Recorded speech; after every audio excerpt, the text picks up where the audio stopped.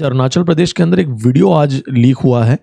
अब देखिए ये वीडियो जो है, चाइना कल दोबारा से हमारे बॉर्डर के अंदर जो अरुणाचल प्रदेश है वहां पर वो अंदर एंटर कर गया। चाइनीज ट्रूप्स यहाँ पे जो तकसिंग सेक्टर जो है, जिसका अभी रिसेंटली कंट्रोवर्सी हुआ था ना कि वहां पे उनका इंफ्रास्ट्रक्चर डेवलप हो रहा है करके, तो वहां पे एक झड़प हो गई। देखिए हमारा एक एरिया है जिसका नाम है टाकसिंग सर्कल, उसके ऊपर एक एरिया है सुबान सिरी। वहां पर भारतीय सोल्जर्स और चाइनीज पीएलए के ट्रूप्स उन्होंने क्लैश किया। अच्छा, अब ये बहुत ही इंपॉर्टेंट मसला है कि पाकिस्तान के साथ तो सऊदी अरब का दफाई मुआहदा था, तो आपके जहनों में सवाल है कि पाकिस्तान के साथ ही क्यों, किसी और के साथ सऊदी अरब ने क्यों नहीं किया। सऊदीया में जाके जो है वो आपको पता ही है, कल से मिन्नत तगला किया जा रहा है, वहां पे उनकी जो है मिन्नतें की जा रही है। लेकिन हमारे पास ना टेक्नोलॉजी है, ना पैसा है, ना तेल है, ना इकोनॉमी है, ना मईशत है, कुछ नहीं है। हमारे पास क्या है? हमारे पास आबादी है।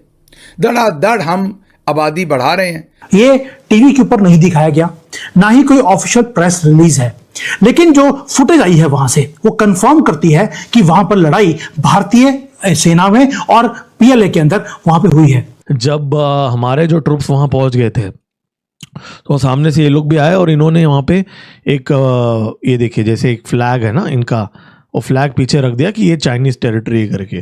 तो इन दोनों में आपस में बहस हुआ और पीसफुली दोनों ही हट गए वहां से। और हमारे पास माओ के वो बेटे हैं जिन्हें हम उन सरहदों पर भेज सकते हैं जहां पर वो अपनी जानें पेश करें। यह अलग बात है कि हम यहां पर ये बताते हैं कि जहाद फी सबीलिल्लाह है। पैसे खत्म हो गए, पैसे खुनिश्ता टोटल, ठीक है, फिनिश। और पैसा खत्म अगर हो गया है तो अब पाकिस्तान जगह जगह जाके भीख मांग रहा है। जय हिंद दोस्तों, हिंदुस्तान में स्वागत है। दोस्तों आपको बता दें कि आप देख सकते हैं किस तरीके से भारत और चीन के बीच में जो है अरुणाचल प्रदेश में एक वो छोटी सी झड़प देखने को मिली थी, जिसमें इंडियन आर्मी ने जो है उनको पीछे ढकेला था दोस्तों। और ये भी सुनने में आ रहा है कि कुछ चाइनीज़ सैनिकों को इंडियन आर्मी ने पीटा भी था बढ़िया से, ठीक है दोस्तों। लेकिन एक और खबर यह है कि पाकिस्तान जो डिफेंस डील साइन किया था उसको लेकर के फिर पछता नज़र आ रहा है, क्योंकि पूरी दुनिया को इसने जो है बेवकूफ़ बनाने का काम किया है। इन लोगों के साइन होते ही सऊदी अरबिया से जो है बहुत ही बड़ा जो है हमला हुआ था, आप लोगों को मालूम होगा। और अब जो है पैसे के लालच में जो है अपना ये सैनिक भेजने वाला है सऊदी में। देखो क्या होता है। अभी तो फ़िलहाल अभी कोई मदद तो किया नहीं है, लेकिन इन लोगों से जो है, इन लोगों का जो है ईरान से भी फट रही है कि ईरान आके इनका जो ठोकना। सऊदी अरब पाकिस्तान और तुर्की के साथ मुश्तरका दिफाई मुआहदा करने जा रहा है। यूरो न्यूज़ ये लिखता है कि पाकिस्तान के अर्दली वज़ीर आज़म, वो तो अर्दली नहीं कहते, मैं कह रहा हूँ शहबाज शरीफ, और उनके साथ फील्ड मार्शल सैयद आसिम मुनीर, तमगा इम्तियाज़ मिलिट्री, हिलाल जुर्रत, दोनों 6 तारीख को सऊदी अरब पहुंचे हैं। और वो ये एक्सपेक्ट कर रहे हैं कि आज 7 तारीख को इस मुआहदे पर दस्तखत होंगे, क्योंकि टर्किश प्रेसिडेंट अर्दगान जो हैं वो भी आज सऊदी अरब पहुंच रहे हैं। अच्छा, अब ये बहुत ही इंपॉर्टेंट मसला है कि पाकिस्तान के साथ तो सऊदी अरब का दफाई मुआहदा था, तो आपके जहनों में सवाल है कि पाकिस्तान के साथ ही क्यों, किसी और के साथ सऊदी अरब ने क्यों नहीं किया। और जब सऊदी अरब के पास अमेरिका जैसा मुल्क है जो सऊदी अरब का दिफा करने को तैयार है और उनकी बेसिस भी वहाँ पर हैं, तो फिर पाकिस्तान से मुआहदा क्यों, ये आपके जहनों में सवाल होंगे। और फिर अब तुर्की, जिनको अब वो तुर्किया कहते हैं अपने आप को, वो अब इस मैदान में क्यों आ गए? वो सऊदी अरब से जब पाकिस्तान मौजूद है तो वो मुआहदा क्यों कर रहे हैं? तो सबसे पहले पाकिस्तान का मुआहदा क्यों है, इस पर थोड़ी सी रोशनी डाल दें। आपको याद होगा हाल ही में हमने सऊदी अरब से 6.7 अरब डॉलर या 6.3 अरब डॉलर जो थे वो सऊदी अरब से मांगे थे। इससे पहले भी हम पैसे ले चुके हैं। मज़ीद 6.7 अरब डॉलर मांगे थे कि हमें तेल की मद में कर्ज में दे दीजिए। इसके अलावा भी हम उनसे पैसे मांग रहे हैं जो कि मिला जुला के शायद 10-15 बिलियन डॉलर बन जाए। हाल ही में हमने फिर अमेरिका से भी 10 अरब डॉलर मांगे। अब हम ये इतने पैसे क्यों मांग रहे हैं और वो हमें क्यों देंगे? मैंने जैसे कहा कि सऊदी अरब के पास अमेरिका है, उनकी हिफाजत के लिए हमारे साथ वो मुआहदा क्यों करेंगे जब अमेरिका की फ़ौजी बेसिस वहाँ हैं, अमेरिकी फ़ौजी भी हैं।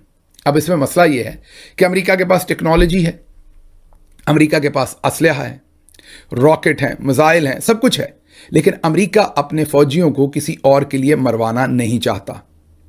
सऊदी अरब के पास तेल है, पैसा है, लेकिन मरवाने के लिए उनके पास भी फौजी नहीं है। हमारे पास ना टेक्नोलॉजी है, ना पैसा है, ना तेल है, ना इकोनॉमी है, ना मईशत है, कुछ नहीं है। हमारे पास क्या है? हमारे पास आबादी है।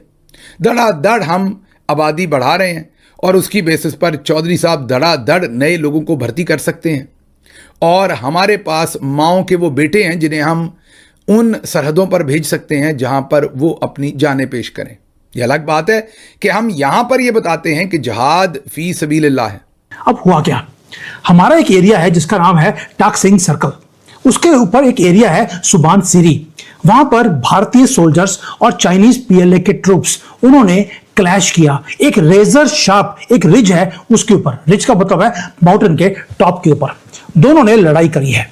ये टीवी के ऊपर नहीं दिखाया गया, ना ही कोई ऑफिशियल प्रेस रिलीज है, लेकिन जो फुटेज आई है वहां से वो कंफर्म करती है कि वहां पर लड़ाई भारतीय सेना में और पीएलए के अंदर वहां पे हुई है। चाइना ने ट्राई किया कि जो ये रिज है, रिज की लाइन है, उसे अपने कब्जे में किया जाए। दोस्तों, ये एरिया था पोर्ट रांग लेक के पास। अब हुआ क्या?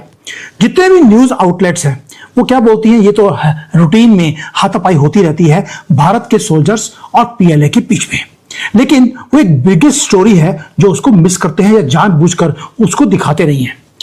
पहली बात यह है कि वहां पर लड़ाई हुई, उसके 10 दिन के बाद जो क्लैश हुआ है, अगस्त 5 को मिनिस्ट्री ऑफ डिफेंस ने एक डॉक्यूमेंट जारी कर दिया जो सारी गेम को चेंज करता है। डॉक्यूमेंट क्या था?